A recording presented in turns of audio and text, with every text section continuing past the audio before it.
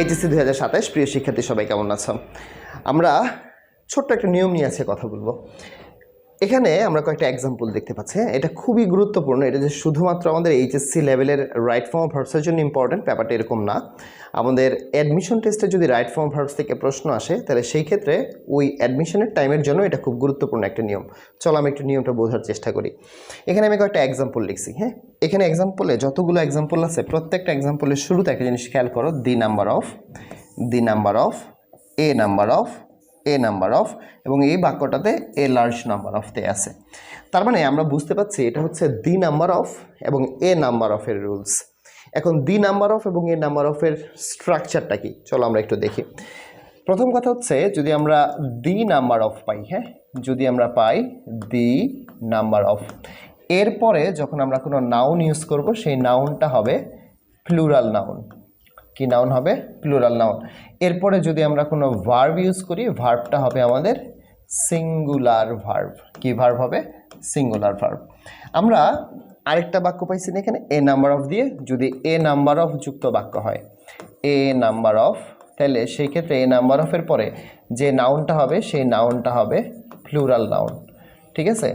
এরপরে যখন আমরা কোনো ভার্ব ইউজ করব, সেই ভার্বটা হবে প্লুরাল ভার্ব।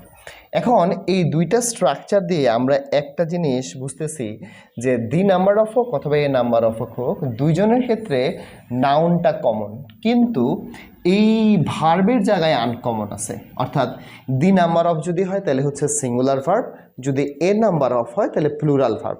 এখন এই জিনিসটাই না, আমি যখন অ্যাডমিশন টেস্টে যাব অথবা রাইট ফর্ম ভার্বস প্র্যাকটিস করতে যাব, তখন তোমার মনে থাকবে না, তুমি এলোমেলো করে ফেলবে। আমি খুব সহজ একটা মনে রাখার ট্রিক্স দিই তোমারে।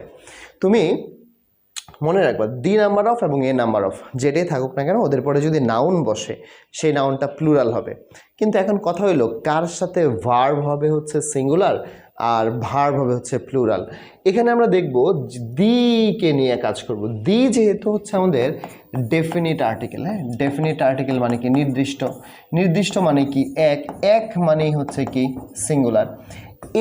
এ মানে কি? Indefinite article. ইনডেফিনিট আর্টিকেল মানে কি? অনির্দিষ্ট, তার মানে হচ্ছে কি? প্লুরাল। তাহলে তুমি মনে রাখবা এই জিনিসটা দিয়া, যে দি নাম্বার অফ যেহেতু দি, তাহলে দি নাম্বার অফ দিয়ে শুরু হলে নাউনটা প্লুরাল, কিন্তু ভার্বটা হচ্ছে দি যেহেতু নির্দিষ্ট, verb singular. A number of যেহেতু এ নাম্বার অফের পরে নাউনটা প্লুরাল বসে, তাহলে এরপরে যখন আমরা ভার্ব ইউজ করতে হবে, ভার্বটা প্লুরাল হবে। চলো আমরা একটু এক্সারসাইজ করি, তাহলে আমরা ক্লিয়ার হয়ে যাব। এগুলো যেগুলো দেখতেছো সবগুলো বিভিন্ন সময় অ্যাডমিশনে আসা প্রশ্ন। দেখো, দি নাম্বার অফ স্টুডেন্টস, তাহলে দি নাম্বার অফের পরে আমরা শিখছি নাউনটা হবে প্লুরাল। আমরা নাউন পাইছি প্লুরাল, তাহলে যেহেতু দি নাম্বার অফ, তাহলে ভার্ব কি হবে? ভার্ব হবে সিঙ্গুলার। তাহলে এখন শূন্যস্থানে দেখো ব্র্যাকেটে দেওয়া আছে হ্যাভ। আমরা জানি হ্যাভ এবং হ্যাজের মধ্যে হ্যাজ হচ্ছে সিঙ্গুলার, হ্যাভ হচ্ছে প্লুরাল। তাহলে উত্তর কি আসবে? হ্যাজ। তাহলে দি number of students seeking admission has increased. Answer হবে এ নাম্বারে হ্যাজ, যেহেতু ভার্বটা আমাদের সিঙ্গুলার হবে। এবার 2 নাম্বারে আসো। The number of people dash very high. The number of হচ্ছে বাক্যের এখানে পাইছি আমরা।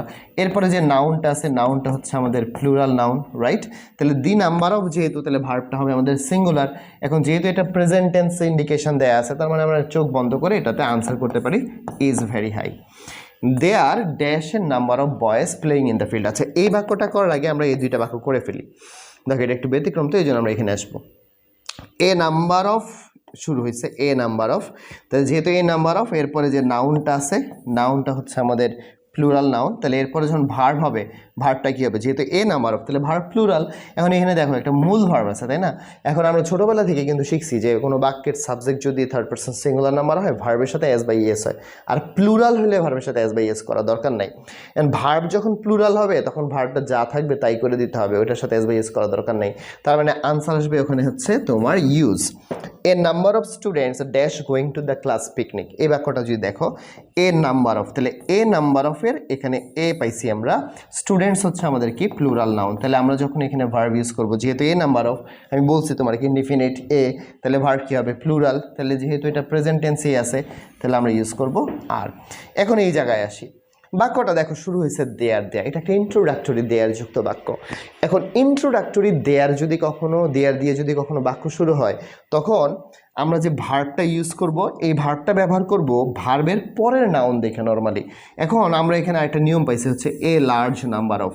এখানে দেখো মানে এ নাম্বার অফ, তাহলে এ নাম্বার অফের পরে নাউন কি হচ্ছে প্লুরাল, তাহলে নাউন যেহেতু প্লুরাল তাহলে ভার্বও কি হবে প্লুরাল, তাহলে আনসার হবে আর। তাহলে এই নাউনটা প্লুরাল, ভার্বটাও কি হয়েছে প্লুরাল। ক্লিয়ার? তাহলে আমরা নিয়মটা যেটা শিখলাম যে দি নাম্বার অফ এবং এ নাম্বার অফ দুইজনের ক্ষেত্রে নাউনটা প্লুরাল হবে, কিন্তু দি নাম্বার অফের ক্ষেত্রে যে ভার্ব হবে, যেহেতু দি মনে রাখার টেকনিক সুবিধার্থে বলে দিলাম, দি যেহেতু ডেফিনেট আর্টিকেল তাহলে এরপরে সিঙ্গুলার ভার্ব হবে, এ যেহেতু ইনডিফিনিট আর্টিকেল তাহলে এরপরে হচ্ছে আমাদের প্লুরাল ভার্ব হবে। তাহলে নিয়মটা হচ্ছে দি number of plus plural noun plus singular verb, A number of plus plural noun plus plural verb. আমার মনে হয় এই ছোট্ট নিয়মটা তোমাদের একাডেমিক ইংরেজি এবং হচ্ছে অ্যাডমিশন ইংরেজি, তাছাড়া যারা আপনারা জব প্রিপারেশন নিচ্ছেন আপনাদের প্রত্যেকের জন্য অনেক বেশি